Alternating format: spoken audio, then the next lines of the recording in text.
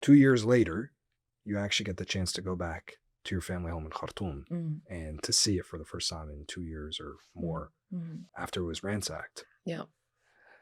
And that was a very striking thing to watch. I can't explain to you that I would have a dream about my house at least 3 times a week for 2 years Before going back. before going.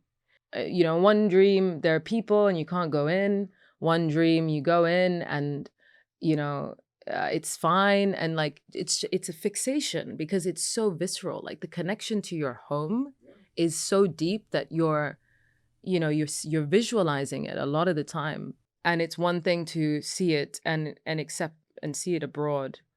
But that kind of walk through experience was so healing for me and so cathartic because you kind of then finally face the reality and accept the reality. And one of the amazing things from the piece is that I felt like it gave some people that opportunity to feel that through the piece. At the same time, people who dealt with losing their homes in so many different circumstances, whether it's in Ukraine or in Gaza or, from like natural disasters. We just covered the floods in Mozambique and people lost their homes there. And I felt like I understood them, way better than I would have. It's weird having, that many people see you cry. Yeah. It's super. And go through your room and look for your favorite painting and there was so much packed into it. Yeah, and I didn't know that I'd be able to call anyone because the signals had been an issue. So it was your mom. it was only once we got there.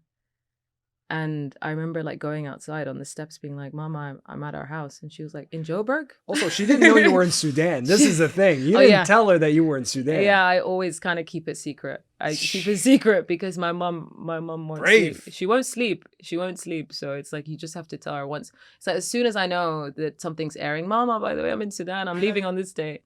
But she was shocked. And I gave her a heads up. I was like, do you want to do this? And she was like, yeah. And we just first, before we even went upstairs, just went through all the inventory because she was checking what was there and what wasn't there. And a number of times I had to say, no, they took it. No, they took it.